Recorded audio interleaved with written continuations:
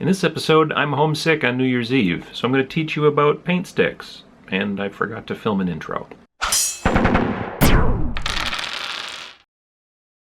Warning, Uncle Adam is not a professional. He's usually not even very good. Try any and all of Uncle Adam's pro tips at your own risk. Void where prohibited. Uncle Adam is not actually an uncle. I've just got a quick pro tip for you on this New Year's. As I'm filming this, it's New Year's Eve, and I am homesick. I'm not feeling well, haven't been feeling well since yesterday, so I'm not going out, I'm not partying, and all that kind of stuff. So I thought I'd do a quick pro tip and just show you something that I've been doing recently. It's something I've been actually painting most of the day, a good portion of the day, and it's a new trick that I've kind of learned. I've heard about it for years, but I've started to actually use it, and I thought I'd tell you about it.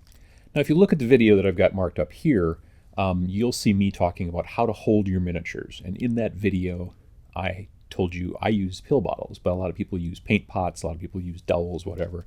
But when I'm painting some sort of model, some sort of hero type model, I put them on a paint pot. Or if I'm painting a group of figures who are, together in a crew but different, especially if they're very detailed, got a lot of stuff going on, and I have to get in them from all angles, the paint pot's a great way to do it.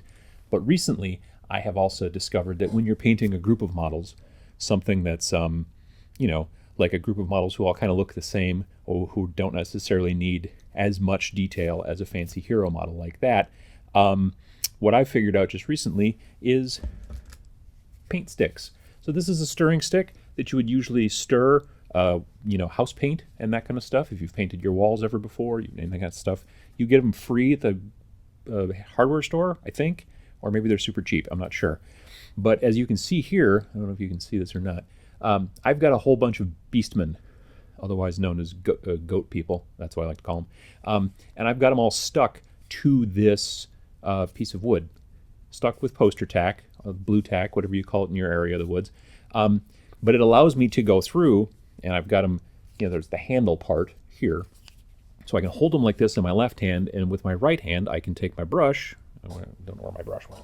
Over here. I can take my brush and I can sit there and paint.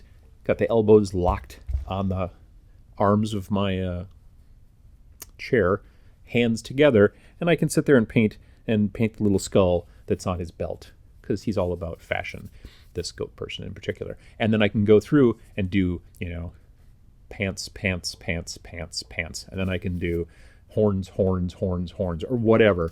And it's got like a little assembly line, and instead of having to reach down, grab another guy, pick him up, set him back in the same spot, you know which one you did, I've got this stick and this stick. These are beastmen from my Age of Sigmar. They're not coming off. It works out really super great, especially if you're painting, like I said, a lot of models that all look sort of the same or use a lot of the same colors. It's a very quick, easy way to get all that stuff kind of cranked out. So there's your pro tip, and I hope you have a happy new year.